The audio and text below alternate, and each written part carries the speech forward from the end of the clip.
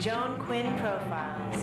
As an editor for Andy Warhol's Interview, the Los Angeles Herald-Examiner, LA Style, and Detour magazines, Joan covered the social set, the Hollywood hotshots, the international art scene, the mysteries of food, the excitement of travel, and the fabulous world of fashion. Joan continues to find creative people on the cutting edge who make things happen.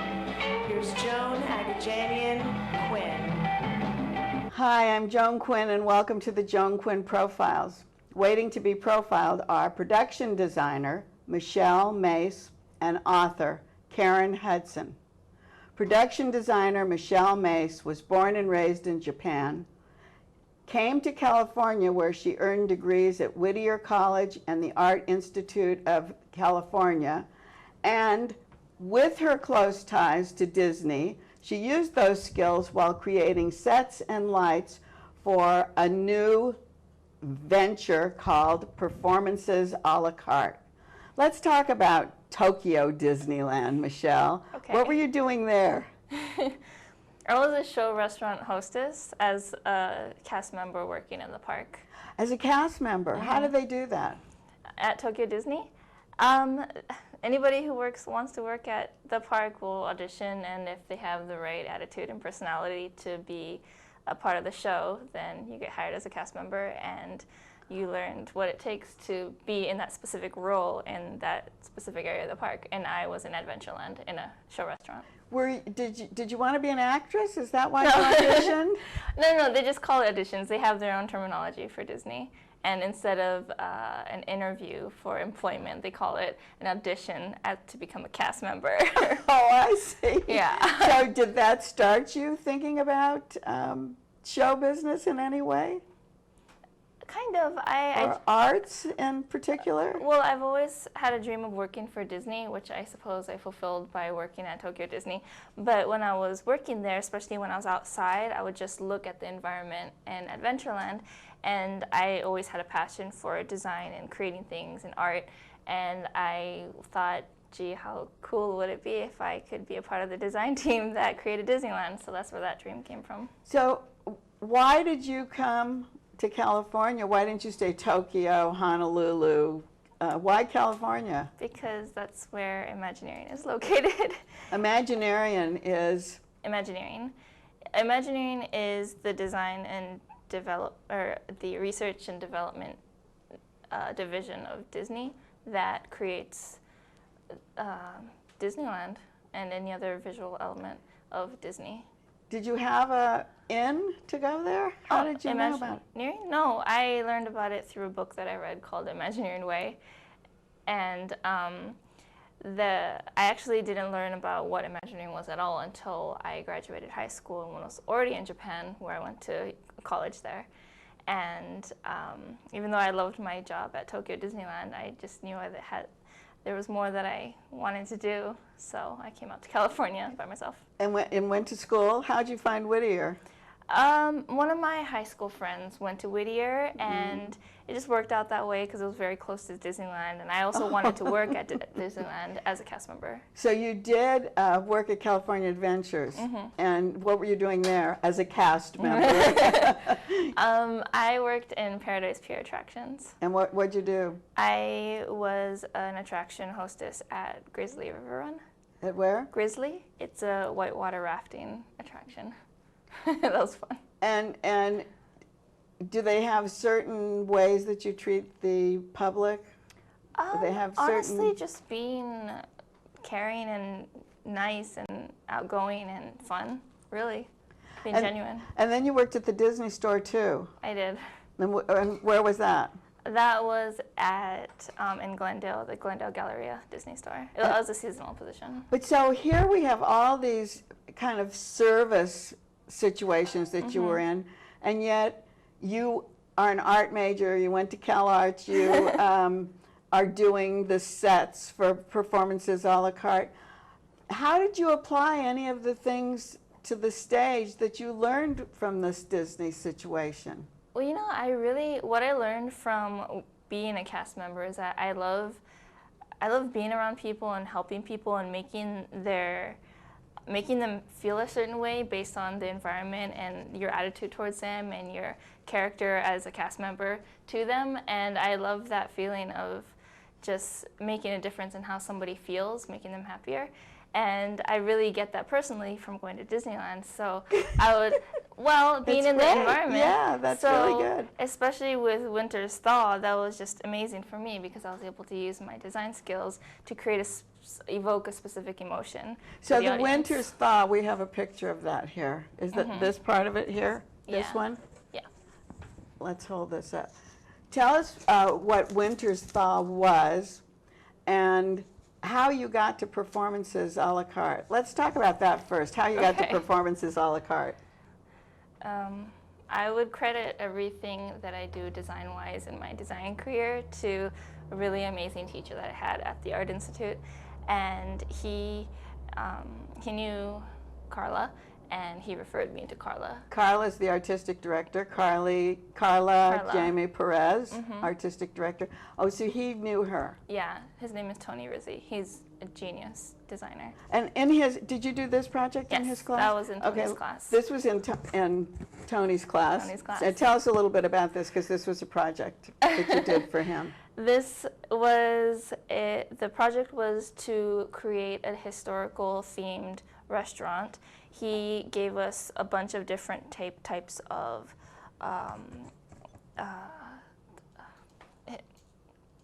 areas of history. Like there was, you could have chosen to do Edo period Japan or something in a specific time period in India, and I just chose Imperial Russia because I guess I just thought the architecture was gorgeous from the movie that I grew up with, which is Anastasia. And then did you research it and do I the did. whole set? I did. Actually, on the back, if you want to show that. Oh. That is more of the research and development that I did. So I researched tons and tons of architecture and different elements that are used in dining and the way restaurants are created nowadays to put together the... Yeah. And you did have some of that experience from Disney. Yeah, I did. I did have a little. So when you got to Carla, you were interviewed. And what's the first step in working on a production? Because that was Winter's Thaw. The first. What did you do first of all? First of all, she gave, well actually, first of all, I met her at the venue, which was the church in Pasadena, which was absolutely gorgeous. Oh my gosh. Have you ever been, I there? Haven't seen that one The yet. ceiling is just so high and the architecture is gorgeous. So I knew where I was going to be in and I knew just what kind of environment it was going to be in to begin with. So I had an idea of what the feeling that we would be creating and evoking Did to you the know audience. what Winter's Thaw was when you got there? No. So you had to... No, she gave me a CD of all the music that she wanted images to. And then, how did you choose the colors? You know, that one is really special to me. Is this part of it? That is part of it. That's one of my favorite ones. That is, the song was called Vitae Lux, and I was listening to it with my headphones on in the dark with my eyes closed, and I was just seeing this image of a picture that I'd created before of this tree, but it looked completely different. And I knew that I wanted it to go from a barren desert and magically turn into this lush greenery. And that particular one, I just saw the entire thing play out as a music video in my head. And then how did you get it, because you're on the altar at the church, then how do you get this to play? It was playing off on my computer on Keynote, and I was controlling it from my iPhone through the Keynote remote. But then on stage, you had screens on stage? Yeah, then these were projected on? Right. And how did you decide on the colors? Just from hearing the music? You know, the colors just come with the images that I choose to put together. I knew I wanted it to be pink because pink is a contrasting color to green. So, and is this part of it too, this one? Yes. Winter's Thaw? Yeah, I figured I'd do it. This way. This way? Yeah. Okay. I So figured I'd do it. icicles. Yeah. Thawing. There you go. and are these the actual colors that are used? Yes. Yeah, I did a series of graphic images that I did image manipulation with pictures of nebulas and nature, and that was the basic concept with this whole thing, where I went from nature pictures of winter and ice to flowers and forestry, but I used the colors of the nebulas in the background.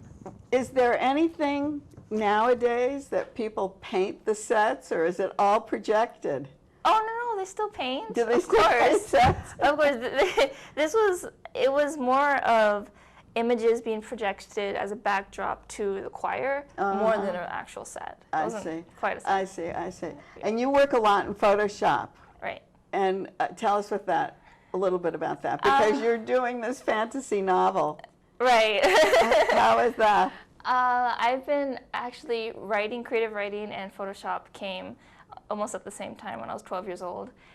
And I started creative writing and writing stories when I was 12. At the same time, I was online a lot, and I was talking to a lot of friends who we had the same, we loved Harry Potter. So we would write stories based on that world, and that's how that started. And we'd also play in Photoshop to create images to send back and forth. When you do something and you're working like that, how different is that than working actually in the theater, performances a la carte? I mean, do they coincide in any way?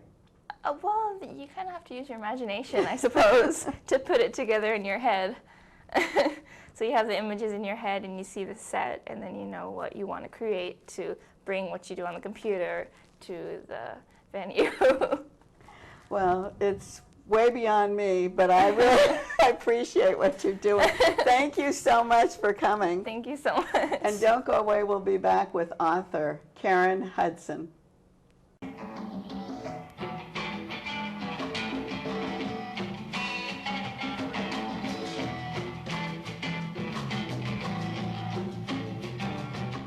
Hi, I'm Joan Quinn, and welcome back to the Joan Quinn Profiles.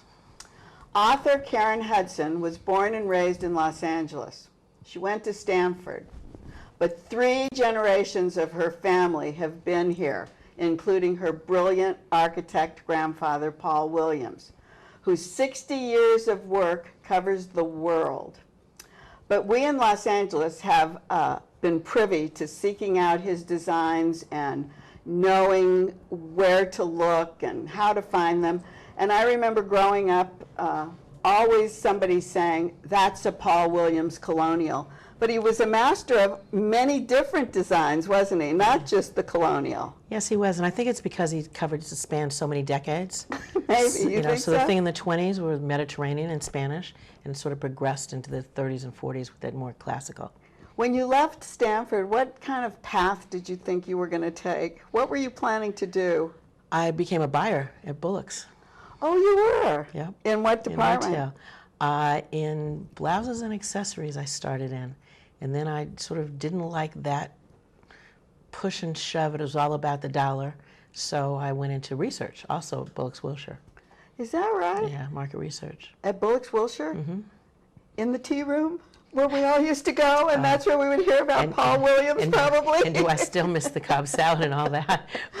Yeah, the tea sandwiches. The tea sandwiches. Between that and Blum's. And Blum, yeah. Magazines. And I used to get my uniforms there. Oh, did you? Private, yeah, for Westlake. So, we were always at Bullock's Wilshire. Right. There's a bakery that's recreated their coconut cream pie. No, where?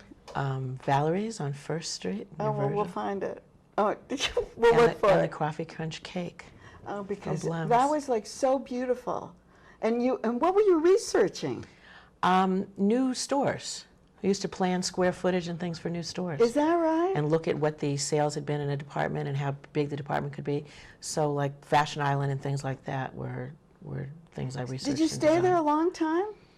Can't remember. A long time. Not a really long time. But 2 years. A few years. Mm-hmm. And then, did you ever think you were going to be an author? No. So where does this come from? Well, I always wrote growing up.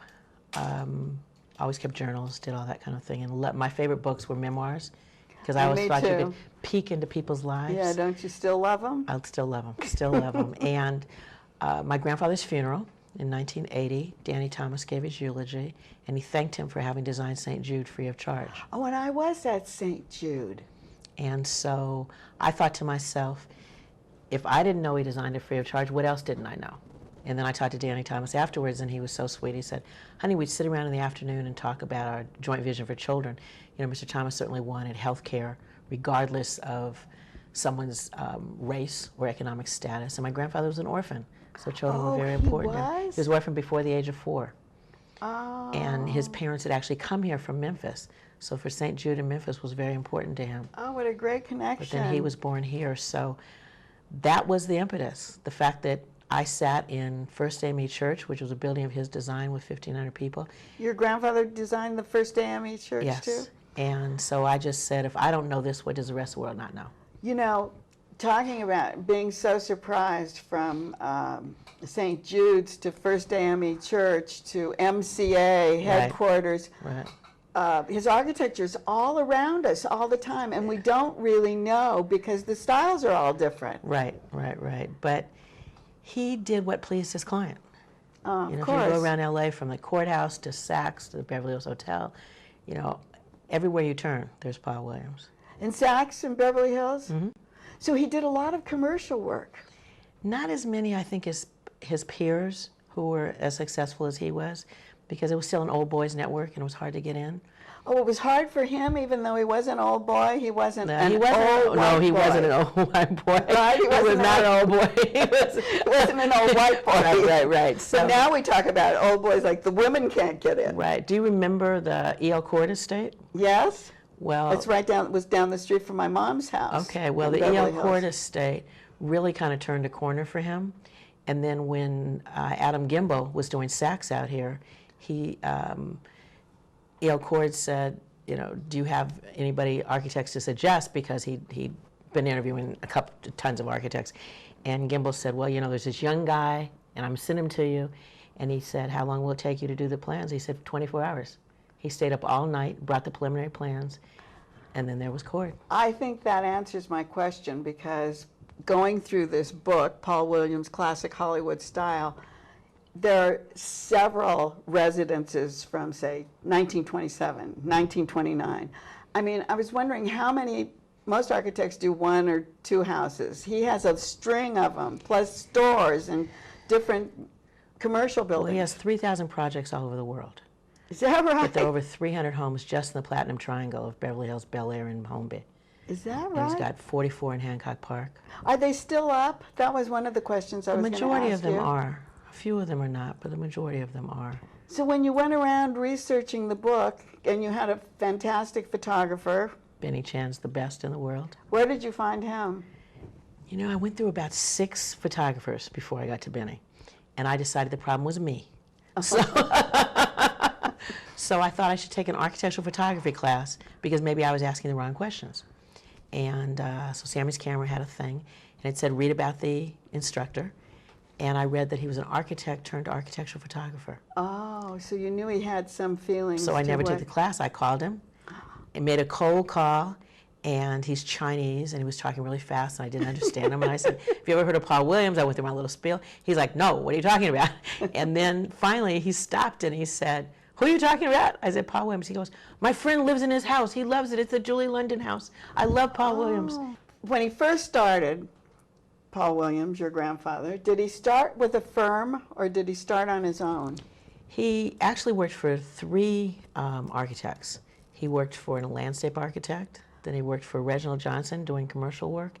He worked for Wilbur Cook first, doing learning landscape. Reginald Johnson, learning residential. And then he worked for John Austin to do commercial work. So when he left John Austin's office, he had just done the Shrine Auditorium, worked on that. Oh, that office had just... Right.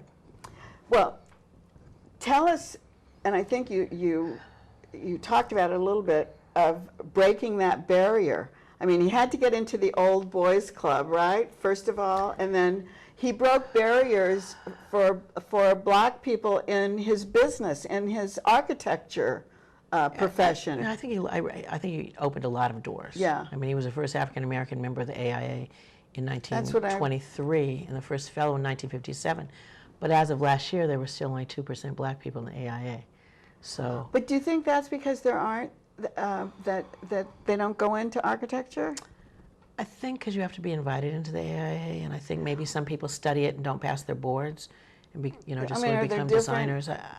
I don't really know what the reason is. But how did Paul study and I mean, he was an orphan. How did he get his start and how motivated was he? Well, he had a foster mother who told him he could do anything and be anyone. How wonderful. He went to LA public schools and was told over and over again he could never be an architect. Oh, so that wasn't Because- good. He had one this way and Well, one because that way, they told right? him that the white clientele would not hire him and the African American clientele couldn't afford him. But you know, every time someone asks me how was he able to do that, my only answer is a God-given talent. He was brilliant. And once you saw him, I'm sure you've heard the story of him drawing upside down. Tell us No? about it. He knew that it was inappropriate to lean over a white person. So I do know that, but it's good to hear again. he actually developed the ability to draw upside down. So he could say to you, Joan, you know, do you and your husband want a large, Right. you know, family room? Do you want a dining room? What do you want? And so he would draw it, and it would come alive before your eyes I'd across just the be table. watching it, right, and he'd be drawing And it. you know, that's the kind of thing that you make friends and clients quickly. And he was so proper. He was very proper. I was- do remember hearing about that, how proper and how polite and what a pillar of society. Well, I think he understood. He was a gentleman with a dream. Gentle. And I think that his foster mother raised him to certainly be respectful. And he knew that it didn't matter how talented he was, if he didn't carry himself in a certain way, he wouldn't be able to get clients. Was he raised in a white family? No. Not. Black family who came out of the church at First AMA. He was raised at First AMA. I see. When you took the photographs, when you took the story to Rizzoli, what did they say? This is actually my third book with Rizzoli on him. Oh, it is. And they came to me for this one. I see. So when you started, When I started, you know, it's an interesting story. It was 1992, and I decided that this is something I wanted to do, and I kind of put things together. I made a cold call to Rizzoli's architectural editor. I didn't even know if they had an architectural editor. And I very meekly said, you know, if I buy a ticket and come to New York, will you look at my things? And I had a little slide presentation, and they said, sure. So I bought a 7-day ticket. 3 days later, the civil unrest broke out. oh dear. And we lost the majority of his office records. Not the plans, but the office records. Because where was the office? They were not in his office. They were actually in our bank at Broadway Federal Bank at Broadway. 45th and Broadway. Okay. And so by the time the curfew was lifted, and I said to my parents, do you think I should go? And they said, what have you got to, right, what have you got to lose, you know? And so by the time I got off the plane, I was not the meek child that said, you know, will you please look at my things? I felt like we could have lost everything. So I said, you buy the book or somebody else. This is it, This right? is it. And they loved it. And they loved it. And they how bought it. much did you have put together at that time? You know, I had everything that was out of his office. Was So it his life? Was the first It one his was life? sort of an overview of his projects with a little of the family things. What I had found was that many publishers wanted the compelling black story, but not the architecture. And the rest wanted an architectural monograph, but not the story, because usually you don't see that in an architectural monograph. Yeah. And I just held out to get, you know, a taste of. It's hard when there are 3,000 projects, you know. to And then be what about the representative. second book? What was the Second book was a children's book Oh, called The Will really? and the Way, which I wrote as though my grandfather had kept a journal for my brother, because I just loved Oh. journals when I was a kid. How great. And so Were there drawings to go with it? there were drawings, there were photographs, and it encouraged young people not necessarily to be an architect, but to use your imagination for creative problem solving, which he always believed everyone should do. One of the things we talked about, all of the styles, because they go from the 20s to the 30s to the 40s, 50s. During that period, Cold Cord was doing colonial, Right. little, lovely little houses. Was there any competition between the two of them? You know, I don't know, but in my grandfather's notes, which I really wrote from, he wanted to do a book before he became ill. He just honored the achievements and the brilliance of his contemporaries. So He didn't always agree with their demeanor, but he certainly had an appreciation for their talent. well, we wouldn't know the demeanor. How much do you remember of your grandfather spending time with him? Oh, I lived a block away. So you and spent I was a lot almost of 30 time? when he died. So. Oh, you yeah, were? Yeah. So had you always been interested in his life? Or No. was it something once he was gone and Once he was gone and I heard these things and I said, this is a legacy we have to... Did you realize how brilliant he was? I don't know. I don't He know. was if a just the kid- best grandfather in the whole world. Yeah, that's what I That's mean. it. That's all there was. And I was blessed to have two grandfathers that were very close. And I always thought the other one was the famous one, not this one. And what was the other one? Dr. H. Claude Hudson, who was a civil rights leader here in town. So he was always being talked about, and he was a dentist and a civil rights leader and founded the bank. And so he was being talked about all the time. Paul Williams was quietly going off doing his thing. So, you know, it took me a while. It took you a while. Well, you found your niche. And he didn't talk about his work. Oh, I was going to say, yeah. Family time was family time. He didn't talk about his work. I'm just going to talk about 2 or 3 houses because time is out. But if we mention the Preminger house in Brentwood, then we can run a picture of the front of it. The Degnan house in La Cañada, the Best Time in Hancock Park. I'm just choosing all these different little areas. At the Paley house in Holmby Hills, and the Williams house, 1951. Which I'm blessed to live in. Is that where you live? Yes. It's contemporary. Very, I Love Lucy goes to Hollywood. That's a good way to end it.